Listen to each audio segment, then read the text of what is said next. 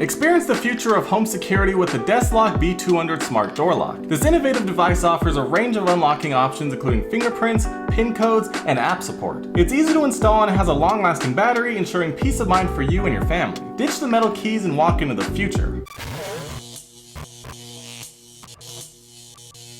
Now, I've always said a smart home begins at your front door when you enter it, and if you have a metal key they're fumbling around with trying to get in the hole to unlock your door, you're already missing the mark. So right here we have the DESLOC B200 Smart Fingerprint Deadbolt that allows you to access your home with a fingerprint, a PIN code, or even with just your app. Now, as far as the app goes, the lock itself does support Bluetooth connectivity, so as long as you're within Bluetooth range, you're able to use the app on your phone to unlock your door. However, if you want to use it with the Wi-Fi network, you do need this smart lock gateway in order to connect your Wi-Fi to the gateway, to the lock, and then to the cloud. Now, as far as safety goes, it does have an auto lock feature, so you can set a timer, so after you unlock it, it'll automatically lock, so that way you don't have to worry about locking yourself manually, and never have to worry about, did I lock the front door?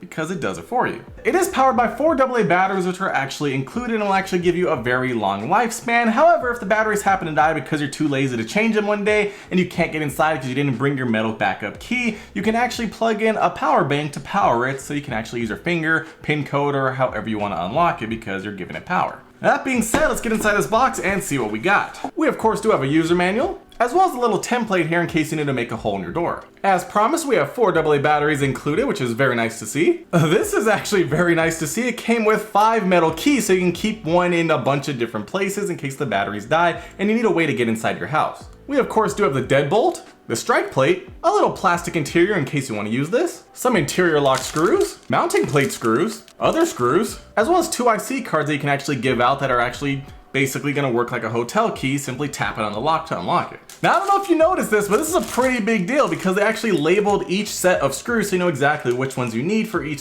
part of the assembly process. That's very nice to see. It makes things so much easier. Next up, we actually have the interior assembly, which is going to be on the inside of your door. Up here, you're going to place your 4 AA batteries. As you can see, it's very easy to replace batteries with a simple opening of this to take them out and put in new ones. We do have an actual manual lock right here that'll turn as it automatically unlocks, and you can actually move it as well. Over on the back, we do have this metal plate that's going to be on the door as well, and then we can actually see the connectors where we're going to connect the exterior assembly, which we actually have right here. And as you can see, it does say to please correct the door direction of the lock before use, because you want to make sure the lock's either turning left or right depending on the orientation of your door. Over on the back, you can see everything is pretty simple. We do have this nice protected cable here that's going to feed in through the door to the interior assembly to give everything power. Now, if we actually remove this little film here, we can see we have the fingerprint sensor right here along with a nice LED light. As you can see, we have a touch sensitive area here to touch the little key card, a little lock button to lock the door as you leave, and as well as a light up keypad to type in PIN codes. Of course, down here at the bottom, we do have the physical metal keyhole in case the battery happens to die or maybe somebody just doesn't like technology, as well as on the bottom a USB-C port so you can plug in a power bank if the battery happens to die and you want to still use your finger or PIN code. Now, moving on to the smart lock gateway, this is a must if you want to connect it to Wi-Fi. As you can see, it does include a USB Type-C to USB-A cable, as well as the gateway itself that's going to be plugging in via USB-C power. Now, one thing I would have liked to see with this is some prongs here so you can just simply plug this into any wall, although USB-C is convenient so you can plug this into pretty much anything, a power bank or even just a USB hub. Of course, you do want to keep this as close as possible to the door lock to make sure there's no connectivity issues. Now, that being said, it looks like everything's going to be extremely easy to install, assuming you already have a hole in your door. So let's move on to the installation process and get everything set up. And now there's nothing left to do but get this door lock installed, and all you're going to need is about 5 minutes of time and a simple Phillips head screwdriver, assuming you already have a hole in your door ready to go. First things first, we're going to take our deadbolt, make sure that up is facing upward, and we're going to get it installed in the door. Just like so. We're going to take 2 of the screws from our deadbolt strike plate bag and get them installed and screw them into place just like so. As you can see, nice and secure.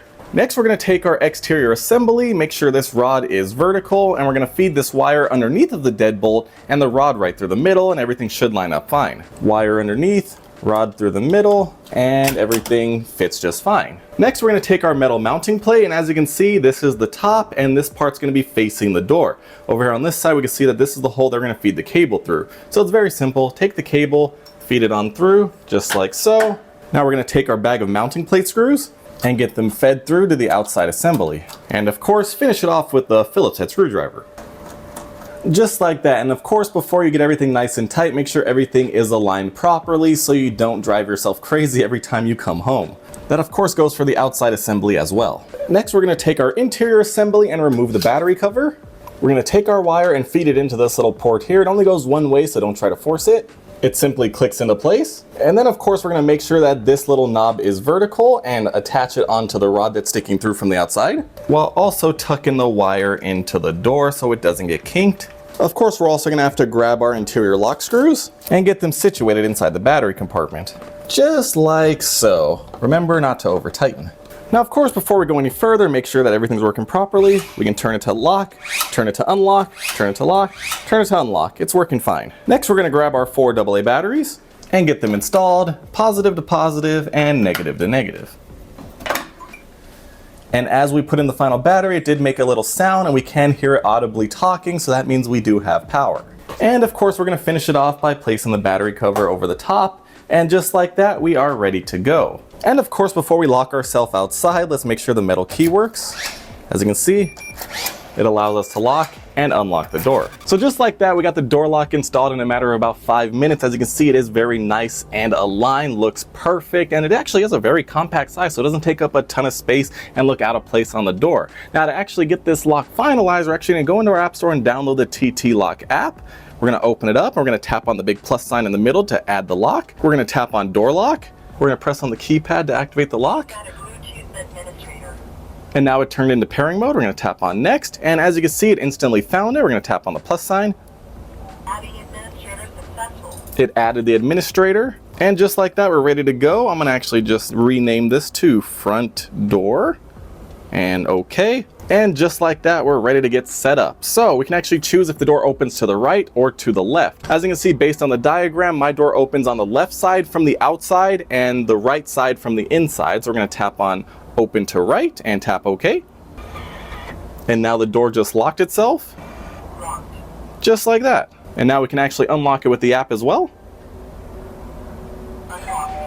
And it unlocked it. Very nice. Now, as you can see up at the top, it says the remaining battery is 10%. Replace the batteries ASAP. So it's actually very nice because I'm actually using some batteries I already had laying around, and it's good to know that we need to replace them with these brand new ones. And now that we got the batteries up to 100%, let's actually move on and get the lock set up to our liking. And now, of course, before we actually get to setting up the lock, let's actually get that Wi-Fi gateway installed so that way we can use it no matter where we are. So to do that, we're going to tap on the menu icon on the top left. Once we're here, we're going to tap on gateway. You're going to make sure the gateway is in pairing mode by flashing red and blue lights. We're going to tap on the plus sign. We're going to choose the G2 Wi-Fi gateway.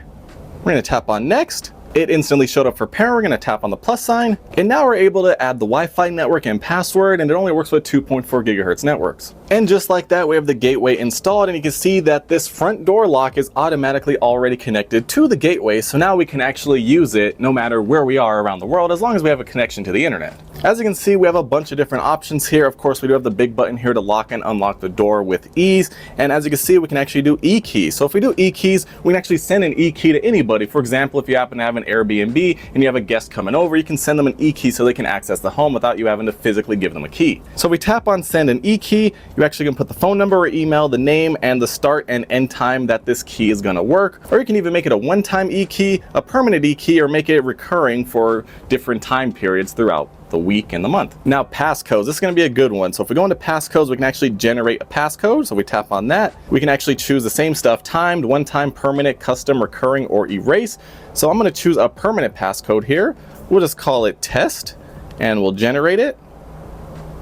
And as you can see, it generated a passcode that's going to be permanent, and you can give it out to anybody to use whenever they want. As you can see, it generated this really long number, and to be fair, I'm not going to remember that. So if we actually go to custom, we can actually choose a permanent code. We can choose the name, so we'll call this test1, and then we can actually choose a custom passcode that we want, like 1, 2, 3, 4, 5, 6.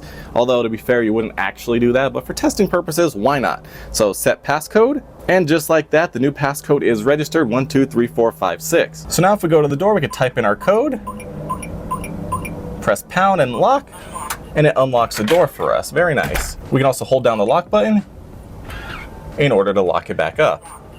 I like that animation it does every time it locks and unlocks. And then of course, remember, we have these IC cards, which are touch sensitive cards to unlock the door as well. So we can actually go to cards. We can tap on add a card. And we could choose to have it timed, permanent, or recurring. We'll do permanent. I'm gonna call it test. We're gonna go next. And now to pair the card with the lock, we just swipe it. Input successful. And now it's registered to the lock. So now whenever we want to unlock the door, it's locked. We simply tap it, Unlocked. it unlocks, and we can go inside. Very cool and easy.